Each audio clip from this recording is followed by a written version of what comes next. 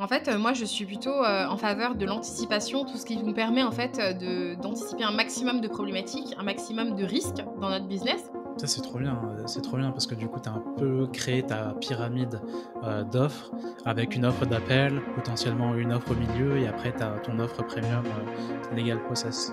Il faut aussi se casser cette idée il faut absolument que ce soit un tout mini prix pour être un produit d'appel.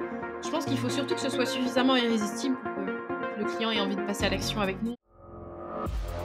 Bienvenue sur Le Bout du Tunnel, le podcast où vous apprendrez tout sur les lancements d'entrepreneurs inspirants. Je suis Kevin Pem, j'accompagne les coachs et les formateurs à performer grâce au tunnel de vente. Et dans ce podcast, vous allez découvrir leur retour d'expérience et leurs challenges du quotidien. Mais vous obtiendrez aussi leurs conseils d'experts sur ce qui marche vraiment. Parce que bon, les interviews d'entrepreneurs qui font des millions, c'est bien, mais connaître la réalité du marché à votre échelle, c'est encore mieux. Bref, je suis là pour vous aider à voir le bout du tunnel. Hello Sarah, je suis super content de te recevoir aujourd'hui sur le podcast. Ça fait un moment que je te suis pour ton positionnement qui est assez unique, enfin de mon point de vue, parce que je ne vois pas beaucoup de contenu juridique autour du web business. Tu es une experte du coup en droit de l'internet, tu me diras si je me trompe, hein. Et je trouvais que c'était une niche vraiment très intéressante parce que de mon point de vue, je ne vois pas beaucoup d'acteurs qui présentent les choses comme toi tu le fais, de manière simple, de manière à vulgariser. Parce que moi, pour moi, le droit de l'Internet, c'est hyper compliqué. Quand j'étais encore en cours, c'est typiquement le genre de cours où je suivais pas trop parce que c'était un peu compliqué, ça m'intéressait pas. Mais maintenant, bon, je regrette un petit peu parce que du coup, ça m'aurait facilité la tâche. En deux mots, est-ce que tu pourrais te présenter pour les auditeurs, s'il te plaît? Super, bah, merci Kevin déjà de m'avoir, invitée et je suis, contente de venir un peu, mettre de la pêche et un peu de joie dans cette matière qui fait un peu peur. Parce que du coup, moi, je m'appelle Sarah et je suis juriste, spécialisée en droit des entreprises et j'ai, pour mission, on va dire, de simplifier, tout ce qui est, démarches, juridiques et documentation juridique parce que, bah, forcément, en fait, on doit passer par là pour se protéger, pour, sécuriser, ses relations, commerciales, mais c'est pas toujours évident de s'en sortir quand, on n'a pas les notions essentielles et surtout quand on nous a montré une phase du droit en fait qui était uniquement le droit sanction, le droit qui fait peur. On n'a pas appris en fait à l'utiliser comme allié dans son business et du coup c'est vraiment une mission qui me tient à cœur de faire en sorte que bah, du coup le droit vous permette d'atteindre vos objectifs, que ce soit vos objectifs financiers, marketing et bien plus encore en fait pour avoir la vie que vous méritez d'avoir. Super intéressant parce que là, du coup, tu vas encore plus loin que ce que je pensais, parce que je pensais vraiment que le droit de l'Internet et tout ce que tu partageais, c'était vraiment juste la partie conformité, éviter les sanctions, etc. Mais toi, tu vas encore plus loin. Tu dis même que ça peut permettre d'atteindre les objectifs marketing. Mhm. Enfin, c'est hyper intéressant. Je pensais pas du tout. Donc déjà, je viens d'apprendre quelque chose alors qu'on vient de commencer. Comment est-ce que ça t'est venu de l'idée de te lancer dans le business en ligne, un petit peu dans le web Mhm. business, comme on dit, avec cette niche, ce positionnement? Bah, écoute, au début, c'était pas forcément spontané parce que moi, je suis issue d'abord de 3 années, de salariat, dans la collectivité territoriale où j'étais plutôt du côté des personnes qui mettent des sanctions, qui contrôlent, les travailleurs indépendants qui touchent, des aides sociales, par exemple, notamment le RSA. Donc on regardait les bilans, mais pas pour le côté où, «C'est trop bien, tu génères bien plein d'argent pour ton activité, c'est génial». C'est plutôt, bah, dans ce cas-là, tu peux peut-être te rémunérer et puis, dans ce cas-là, tu fais peut-être une fraude au RSA. Donc on avait plutôt ce rapport au justiciable qui était plutôt punition, quoi. Ah, t'as pas joué les règles du jeu, du coup, t'es puni. Et moi, j'avais de moins en moins, on va dire, de facilité à être de ce côté-là, en fait, du droit. Et je me disais aussi que, à la base, quand je me suis lancée dans le droit, c'était pour aider les personnes qui en avaient le plus besoin.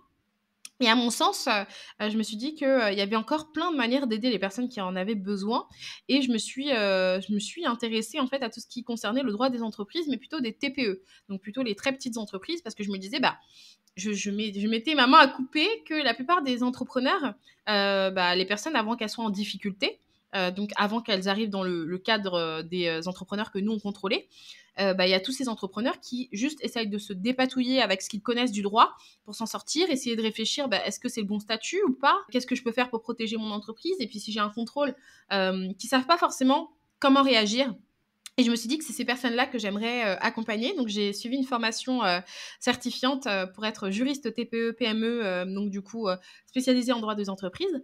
Et juste après avoir eu ma certification, je me suis lancée dans l'entrepreneuriat et puis j'ai dit progressivement au revoir à ma première mission, on va dire, en tant que juriste salarié. Et j'ai plutôt décidé d'être du côté des micro-entrepreneurs et des entrepreneurs individuels ou alors tout simplement des solopreneurs, de manière générale, Ouais. vers la conquête finalement de leur protection juridique.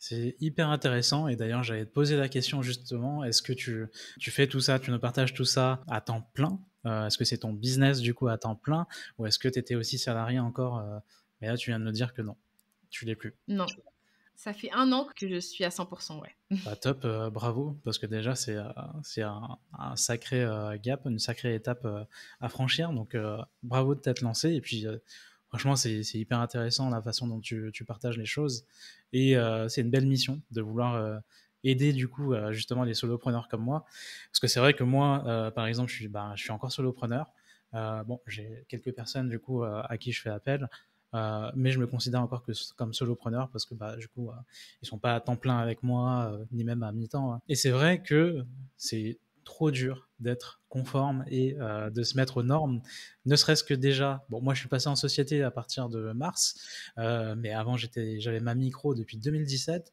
et je suis sûr que j'ai fait plein de conneries et je suis toujours en mode putain, s'ils retracent tout ça, s'il y a quelqu'un qui vient contrôler un jour, me demander ceci ou cela, j'ai plus rien, je peux plus rien montrer quoi, genre j'ai pas de registre comptable ou je sais pas quoi, je suis à la ramasse totale et j'aime pas ça, tout ce qui est administratif. Donc merci de nous permettre de nous rattraper un petit peu ou alors en tout cas de faire de la prévention parce que c'est plutôt de la prévention que tu fais. Oui, en fait, moi, je suis plutôt, en faveur de l'anticipation, tout ce qui nous permet, en fait, d'anticiper un maximum de problématiques, un maximum de risques dans notre business pour que si jamais ces risques se présentent, par exemple un impayé, une personne qui te plagie, une personne qui te demande un remboursement ou même un contrôle, que tu puisses, en fait, n'avoir plus qu'à déployer finalement tout ce que tu avais mis en amont. Donc, ça veut dire les règles juridiques qui étaient applicables dans tes contrats, dans tes CGV et même dans tes process internes, t'assurer que chaque client entre dans une sorte d'entonnoir de vente, pas que l'entonnoir marketing duquel on nous parle pour convertir, mais là plutôt l'entonnoir plutôt du process juridique, de se dire que chaque client qui vient, je collecte sa donnée de telle ou telle manière avec tel document et toujours te dire que comme ça, il n'y aura pas de zone d'ombre dans ta protection juridique. Et oui, on commence tous quelque part, hein, de toute façon, il y a personne qui est parfait, même Nike, je pense quand ils ont commencé, ils n'avaient pas tout, ils n'avaient pas pensé à tout. Et en fait, effectivement, on apprend aussi en faisant et on va dire en touchant et même parfois en se prenant des claques, en ayant des litiges. Déjà, avoir un premier impayé ou une première problématique, ça fait souvent écho et on se dit, la prochaine fois, je ne veux pas me retrouver face à cette situation comme ça. Ouais, c'est vrai que ouais, on apprend en faisant et puis la preuve, j'ai mis en place mes premiers CGV, que ce soit pour les services ou les produits en ligne, que cette année, il y a 3 mois, quand j'ai créé mon premier accompagnement de groupe. Et justement, en parlant de produits ou d'accompagnement, du coup, j'aimerais bien parler un petit peu de ta formation Legal Process. Comment est-ce que t'es venue l'idée de lancer cette formation? Et si en 2 mots, tu peux nous expliquer aussi ce que c'est pour les auditeurs. En fait, c'est un programme qui a été pensé pour justement simplifier la mise en conformité et la protection juridique des freelances, donc tous les prestataires de services ou tous les travailleurs indépendants qui ont un peu cette flemme justement juridique, qui ont tendance à laisser couler un petit peu toutes ces obligations. Donc, justement, ça a été fait dans cette logique du je veux une plateforme qui pourra regrouper toutes les informations qu'il faudrait avoir et tous les documents juridiques qu'il faudrait avoir en un seul endroit. Et donc, au début, justement, c'était une formation. Donc, je l'ai lancée justement il y a 1 an aussi. Je l'ai lancée en tant qu'organisme de formation avec la possibilité de suivre un cursus de formation sur 6 mois où tu venais et puis tu apprenais tout ce qu'il fallait pour sécuriser ton parcours client. Et donc, imaginer en fait le parcours d'un prospect à un client dans le cadre de ton entreprise et venir poser une brique juridique à chacune des étapes pour t'assurer d'avoir tout sécurisé, peu importe le type de client que tu auras. Et là, ça a changé de format. Maintenant, on est plutôt sur une offre d'abonnement pour me permettre d'avoir plus de souplesse et puis pouvoir aussi rajouter de nouvelles thématiques. Comme là, je suis très portée, par exemple, sur les thématiques des levées de fonds, du fonds de commerce et aussi du recrutement de salariés. Donc, en fait, on voit bien que l'apprentissage juridique ne s'arrête jamais, en fait, et que on a toujours plein de choses à apprendre. Et donc, moi, je propose maintenant un format d'abonnement où dedans, il y a plusieurs chaînes de vidéos. et plusieurs types de documents qui sont adaptés en fonction de ton niveau entrepreneurial. D'accord. Je crois que j'avais vu passer ça du coup. Tu appelais ça un bar même, justement. Je crois que c'est ça ou je confonds? Alors, il y a 2 concepts, mais c'est vrai que si tu veux, dans un certain sens, le bar à modèle, fait partie aussi de Legal Process puisque Legal Process, c'est vraiment l'offre tout en un. OK. Et le bar à modèle, c'est une autre, on va dire un autre canal d'entrée où, c'est plutôt pour les personnes qui souhaitent uniquement prendre, j'ai besoin juste d'un modèle de contrat, je prends un modèle de contrat, ou je veux juste les documents juridiques qui me permettent d'être en conformité aujourd'hui. Si je suis prestataire de service, du coup, je prends le pack, Morito, qui me correspond.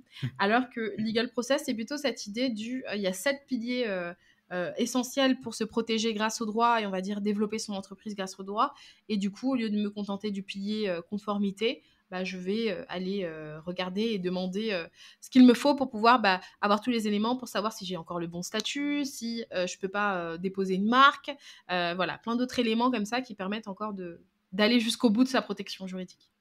Trop bien. C'est hyper intéressant. C'est trop bien que tu aies pensé à séparer un petit peu les éléments comme ça pour qu'on vienne juste piocher aussi. Enfin, qu'on ait la possibilité de piocher juste ce qu'il nous faut, comme tu dis, aujourd'hui. Et je rebondis sur un truc que tu as dit il y a 2 minutes. J'adore le terme flemme juridique. Je pense que je rentre totalement dans ce cadre-là. C'est vraiment de la flemme au niveau de la compta et tout ce qui est juridique. Donc, tu as lancé cette formation, du coup, Legal Process, il y a 1 an. En quelques mots, est-ce que tu pourrais nous expliquer le contexte avant le lancement? Ouais. Alors donc je suis pas à mon premier lancement, hein, puisque, du coup, si on remonte il y a 1 an, j'en avais déjà fait, mais là récemment, j'ai refait un dernier lancement.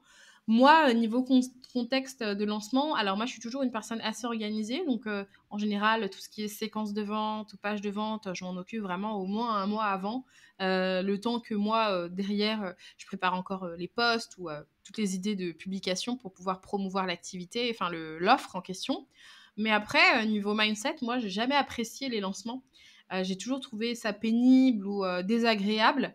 Par exemple, si on met le parallèle entre mes 2 offres principales où il y a le bar à modèle d'un côté et à côté, on a les formations, donc du coup, Legal Process, j'ai toujours été plus à l'aise avec, le bar à modèle parce qu'il est en evergreen. Donc moi, Ah, j'ai toujours préféré, finalement les offres où tout le monde peut venir comme il veut et moi, je suis moins limitée dans ma créativité et même dans mon état d'esprit. Par exemple, là, en plein lancement de Legal Process, j'ai été malade, mais ça, c'est pas des choses qu'on peut prévoir à l'avance. je rebondis sur ce que tu dis là, c'est très important. Je retrouve souvent le manque d'appréciation, on va dire, le fait que ça soit pénible, perçu comme pénible, un lancement, parce que justement, c'est quelque chose qu'il faut planifier à l'avance. Comme tu as dit, 1 mois avant. Moi, je recommande même 3 mois avant pour vraiment penser à l'ensemble du lancement, la stratégie de contenu pour créer un maximum de visibilité, générer des prospects en amont, générer du coup des prospects sur la liste mail parce que la liste mail, c'est un peu la colonne vertébrale du lancement et d'un business en général, hein. Et derrière, prévoir tout ce qui est partie vente, donc contenu de vente, email de vente, même les stories, si tu es sur Insta et que tu n'as pas l'habitude, il faut prévoir tout ça. Et du coup, c'est vrai que la plupart des personnes, du coup, vont le faire un peu au dernier moment, je sais pas, 2 semaines avant, parfois, ou alors comme ça, au fur et à mesure. Genre, je lance la semaine prochaine, je vais créer des trucs au fur et à mesure, et du coup, à la fin de leur lancement, ils sont complètement lessivés. Et c'est trop intéressant que tu aies créé, du coup, ce bar à modèle.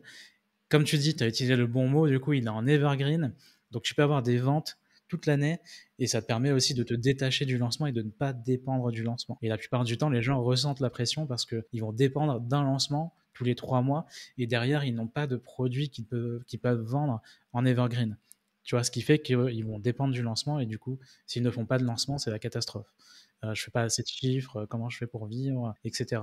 Et ça, je trouve que c'est la meilleure association d'avoir des produits en evergreen, de pouvoir vendre toute l'année et avoir aussi un lancement ponctuel ou alors, je sais pas, 2 à 3 lancements par an.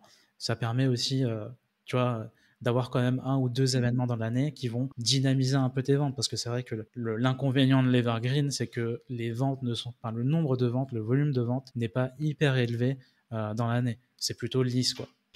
Oui, en plus, ça dépend aussi des business models. Quand on réfléchit, aujourd'hui, quand on va au champ, ils font pas des lancements pour les patates, quoi. Et puis pourtant, on peut toujours avoir des pommes de terre.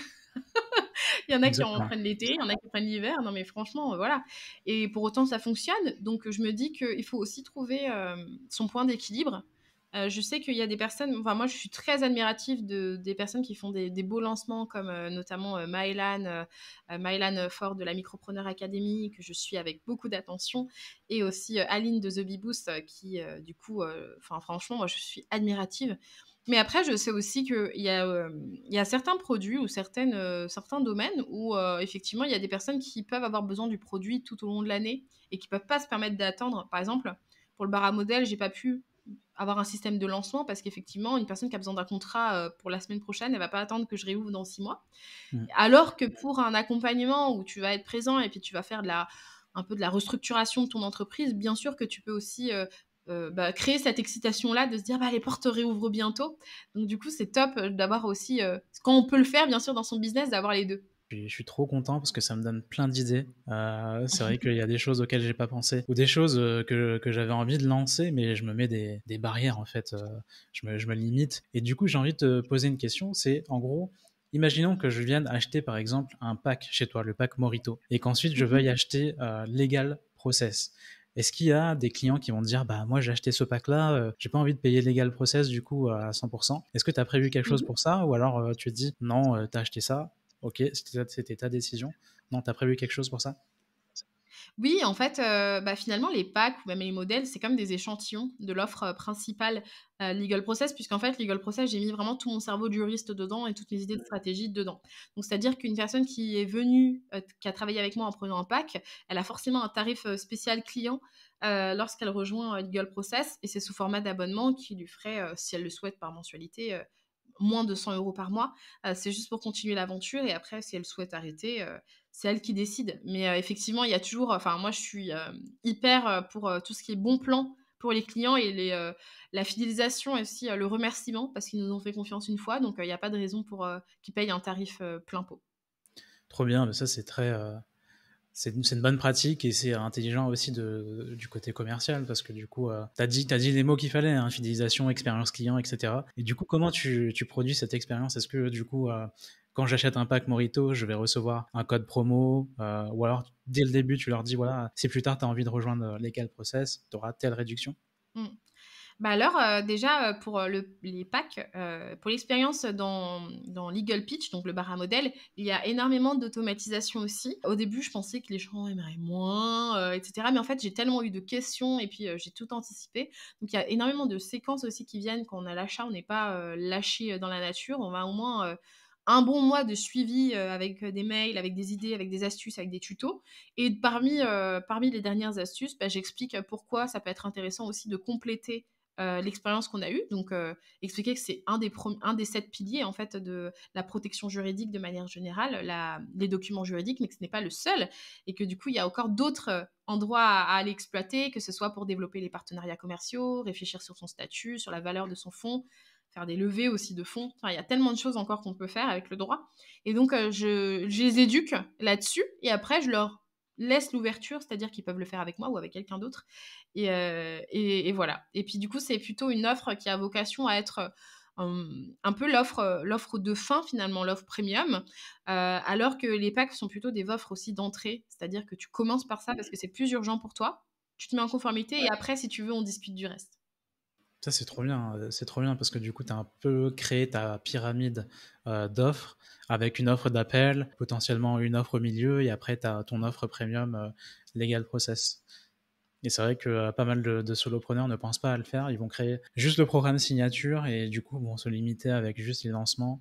Ou alors, ils vont se dire, bah, je vais essayer de mettre ça en evergreen. Mais j'ai l'impression que pour toutes les offres signature, l'evergreen, ça fonctionne pas forcément bien. Mmh. Et aussi, on a le côté, enfin moi au début j'étais comme eux, hein, comme ces entrepreneurs-là, c'est vraiment récent où j'ai eu cette pyramide d'offres. Et aussi, moi j'avais cette idée que le produit d'appel devait être à un très très petit prix, parce que c'est comme ça que je l'entendais. On doit souvent vendre un produit à un très petit prix. Et je me suis rendu compte que par exemple, moi mes packs ils sont à 799 €, c'est pas non plus l'entrée de prix. Et pour autant, en fait, le concept a tellement plu que finalement c'est l'offre d'appel. En fait, en vrai, les personnes qui travaillent chez moi achètent en premier lieu ces packs-là. Même si je fais des petits produits, même si je fais des masterclass, Ça peut être aussi des canaux d'entrée, mais principalement, quand on regarde un peu l'entonnoir, les personnes préfèrent d'abord avoir ce qu'il faut tout de suite, enfin mes clientes, Mmh. ce qu'il faut tout de suite pour être en conformité, parce qu'une fois qu'elles comprennent l'importance, il y a cette urgence aussi, Ouais. il me le faut, parce que je comprends les risques, je l'ai bien cerné. Et après, j'ai toutes ces questions du ouais, mais maintenant j'aimerais bien peut-être déposer ma marque ou ah, là je vais avoir des affiliés, comment j'encadre tout ça.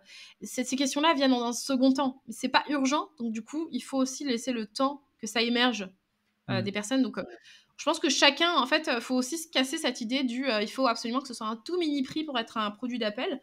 Je pense qu'il faut surtout que ce soit suffisamment irrésistible pour que le client ait envie de passer à l'action avec nous. Donc c'est hyper intéressant ce que tu dis parce que c'est vrai que dans mon milieu à moi, dans ma niche de tunnel de vente, quand on parle du produit d'appel, on va parler d'un produit plutôt à, je sais pas, 10 euros, 50 euros, 100 euros maximum. C'est vrai qu'on voit rarement une offre d'appel à 700 euros. 700 euros, ça va être plutôt le milieu, tu vois, l'offre du milieu, ou alors dans certains cas, chez certains entrepreneurs, carrément l'offre est signature. Mais je pense que du coup, ça va dépendre aussi de la niche, de ton marché où tu te trouves et du besoin du prospect. Et justement, j'ai envie de parler du prospect. C'est quoi le cheminement du prospect pour qu'il arrive à acheter chez toi tout de suite un pack à 700 euros? Est-ce que ça va être il est éduqué via ton contenu sur Instagram et ensuite il va directement sur ton site parce que tu mets en avant ces produits-là, Mmh. ou est-ce qu'il y a autre chose? Alors, principalement, les personnes me découvrent, soit par Instagram, soit par la publicité. Et ensuite, moi, j'invite régulièrement ma communauté ou même par la publicité du coup, à télécharger un guide gratuit qui est fait par domaine d'activité où dedans, je donne énormément de valeur et beaucoup d'astuces.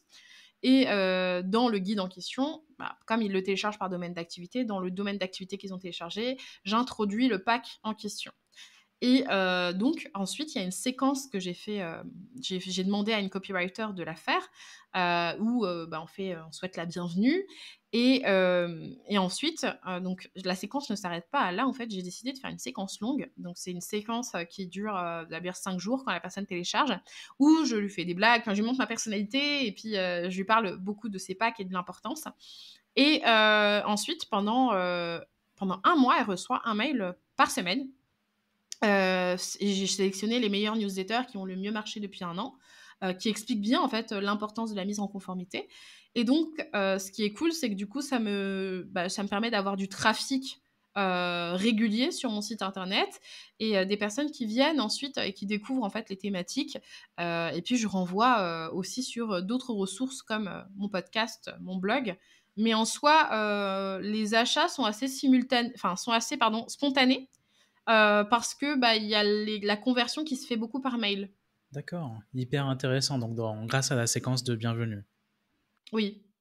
Pour résumer, la personne, en fonction de son secteur d'activité, va télécharger un e-book assez ciblé, avec plein de valeurs. Derrière, elle reçoit une séquence mail de bienvenue de 5 mails, si j'ai bien retenu, et ensuite une newsletter automatisée par mois, Voilà. par semaine pendant 1 mois. Mmh. D'accord, C'est ça. intéressant que tu as fait copyrighté en plus, donc ça c'est top, ça veut dire qu'ils sont vraiment très bien rédigés. Donc pour toi, la vente a lieu pendant la séquence de bienvenue. Oui, on va dire, une personne qui télécharge un guide, en général, elle met à peu près 1 mois, pour acheter, un pack ou voilà. En général, c'est suffisamment, enfin avant j'ai eu beaucoup de problèmes aussi à créer le bon freebie. Je pense que là, j'ai trouvé le bon freebie aussi qui donne de la valeur et qui à la fois donne envie d'aller plus loin. Donc moi j'ai 2 types de clientes. C'est soit les clientes qui vont vraiment lire les mails avec attention et qui vont les regarder et qui vont regarder un peu les ressources. Donc ça, c'est vraiment la conversion, elle se fait vraiment majoritairement grâce aux mails. Et après, il y a l'autre type de clientes qui vont acheter un peu parce qu'elles me suivent sur Instagram et puis, moi, on n'a peut-être pas échangé, mais elles ont suivi mon contenu et puis elles achètent parce que, c'est possible, c'est une boutique en ligne. Ok, hyper intéressant. Donc ça c'est sur la partie evergreen, c'est ça? Oui. Sur la partie lancement, j'ai envie de te poser une question quand même. Alors déjà, c'était quoi les grandes lignes de ton premier lancement avec Legal Process? Ouais. Alors, mon premier lancement, je voulais pas faire, comme, j'avais déjà vu ailleurs. Enfin, je voulais pas faire de liste d'attente, et cetera. Donc moi, ce que j'ai fait, c'est que j'avais, laissé une partie, en fait, j'avais fait un groupe normalement qui faisait partie, un groupe d'échange, pardon, qui faisait partie de l'offre principale, où là, je l'avais, rendu accessible, 2 semaines avant le lancement, où les personnes pouvaient venir et poser leurs propres questions sur des thématiques juridiques. Enfin, j'animais déjà un groupe et il y avait pas énormément d'inscrits, mine de rien, il y en avait 30 et des personnes qui échangeaient, qui discutaient. Et dans ce groupe-là, j'avais mis une masterclass justement où je présentais une thématique principale, donc la protection du parcours client. Et j'avais eu du coup 200 personnes qui s'étaient inscrites, du coup qui étaient rentrées dans le groupe.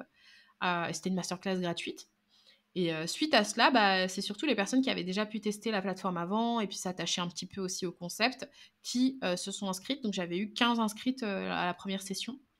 Et puis j'avais fait des tarifs progressifs, c'est-à-dire que avant le lancement officiel, il y avait un tarif à moins 50%. Au jour du lancement, il y avait moins 20%. Et puis après, la semaine d'après, c'était le tarif normal. Ok, intéressant.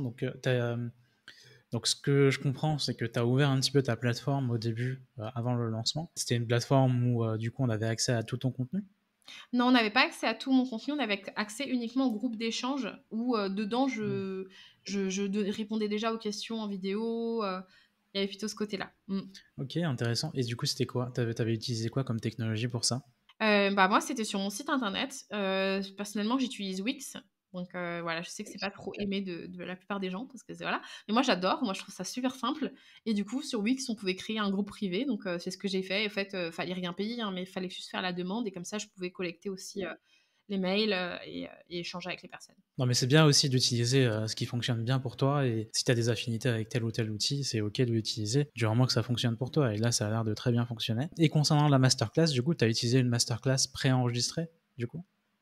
Non, finalement, j'avais fait en live. Ouais, j'avais juste invité les personnes de ma newsletter, les personnes qui me suivaient sur Instagram et du coup les personnes du groupe à participer. Donc on était à peu près 200 inscrits en présentiel, je pense, enfin en présentiel, en connecté peut-être 30, 40 personnes. Parce qu'en fait, 18h, c'était pas forcément la meilleure heure pour les personnes, mais bon, faut tester, faut savoir. Et moi, si j'avais connu cette astuce-là, mais je la connaissais pas, aujourd'hui, pour pallier à ça, j'aurais fait 2 masterclass, par exemple. Ah oui, c'est vrai que c'est intéressant. Moi, par exemple, pour mon prochain lancement sur Boost Your Launch, mon produit pour aider, accompagner les entrepreneurs à réussir leur lancement, je recommande déjà d'organiser plusieurs masterclass justement pour pallier à ça, pour faire en sorte que, enfin, de proposer plusieurs créneaux à la fois pour les personnes qui sont plus team déjeuner pendant l'heure du déjeuner et team le soir après le travail et potentiellement une troisième plutôt le matin pour les gens qui sont OK pour consommer une masterclass à 10h. Et moi-même, je vais utiliser ça. Mais c'est vrai que c'est pas mal et ça se fait beaucoup. Comme ça se fait aussi de toujours faire une seule masterclass. Ça marche aussi. J'ai des clients que j'accompagne qui font une seule masterclass et pour qui ça marche aussi très bien. Hello, je vous interromps 2 minutes pour vous annoncer que j'organise un atelier pour vous aider à assurer le succès de votre futur lancement. J'ouvre les inscriptions dans quelques jours, alors abonnez-vous à ma liste mail pour ne pas rater ça. Tous les liens se trouvent en dessous en description. Allez, on y retourne. Alors, du coup, ce premier lancement, tu l'as fini avec combien de clients? 15 clients. 15 clients, bravo. Franchement, Ouais. c'est un beau lancement du coup. Un beau premier lancement en tout cas. Du coup, dans tout ton écosystème actuellement, en comptant tout ce qui va être evergreen, lancement, etc., actuellement, tu as combien de clients au bout d'un an? Je pense qu'on est à 250 parce que tu as aussi des clients. Alors moi, je fais plusieurs choses. Tu as des fois un peu des masterclass payantes, souvent aux alentours de 100 euros.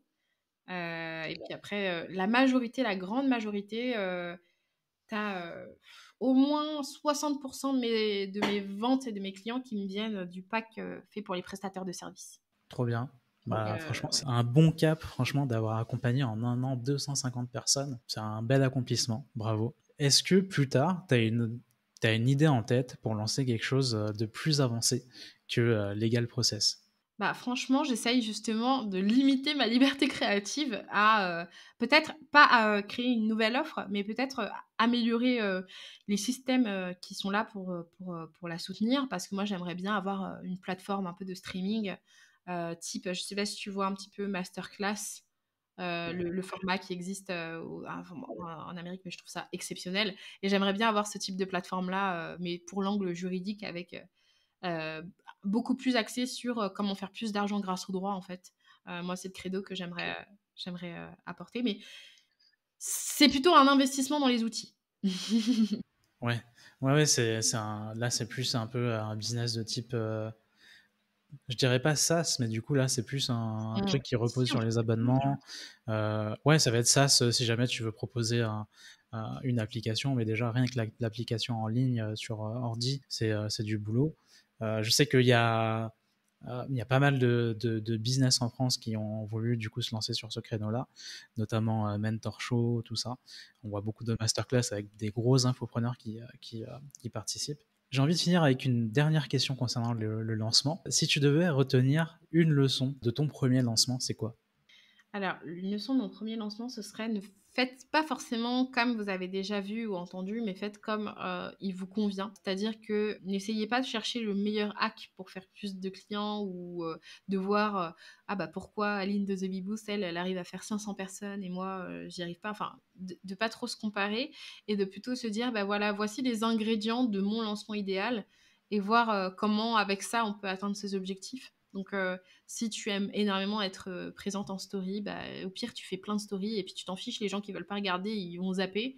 Si tu aimes beaucoup envoyer des mails, bah, envoie plein de mails, hein, c'est pas grave, hein. Tu sais, les personnes, s'ils se désabonnent, tu les informes juste qu'il y a une période de lancement, mais ne te sens pas limité parce que les autres te disent ah bah, c'est pas trop cool. Moi, je préférais recevoir pas beaucoup de mails.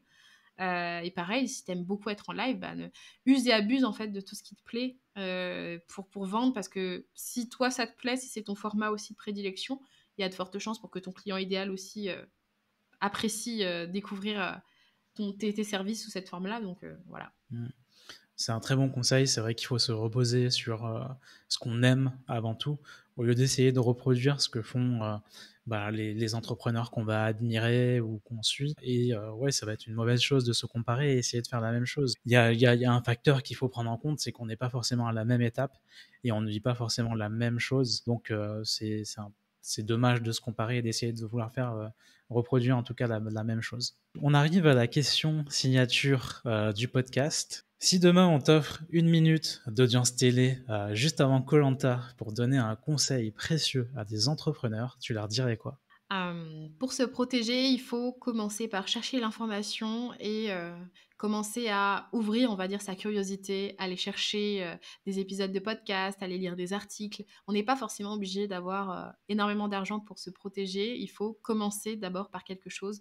Déjà, commencer par l'information et ensuite rajouter petit à petit les pièces manquantes au puzzle qui nous permettraient d'être plus sereine dans son activité. Et le droit, c'est pas forcément quelque chose de barbant, de difficile et de compliqué. Ça peut être quelque chose de fun et un vrai allié dans ton business.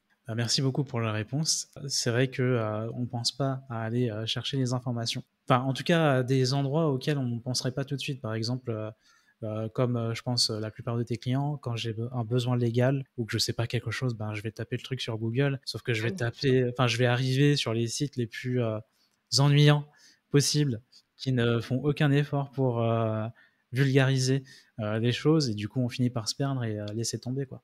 Totalement. Merci beaucoup Sarah, c'était un super épisode rempli de pépites. Là j'en ai vraiment profité moi-même déjà, et je pense que là les auditeurs vont vraiment adorer parce qu'on a eu un peu des coulisses de ton business.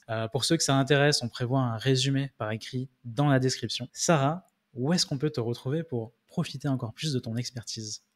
Déjà, je suis très active sur Instagram, donc si jamais vous êtes aussi sur cette plateforme, vous pouvez me trouver sur Madame la Juriste ou sur legalpitch.fr. Et pareil pour les informations, pour les guides gratuits, ou même pour suivre mon blog ou mon podcast, vous pouvez trouver toutes ces infos sur le site madamelajuriste.fr ou sur legalpitch.fr. Parfait, je mettrai tous ces liens directement en description, donc n'hésitez vraiment pas à aller voir. Et je confirme, elle est très active sur Instagram et elle est très marrante sur ses Reels parce qu'elle essaye de nous transmettre les informations avec humour, et ça, elle en a de l'humour.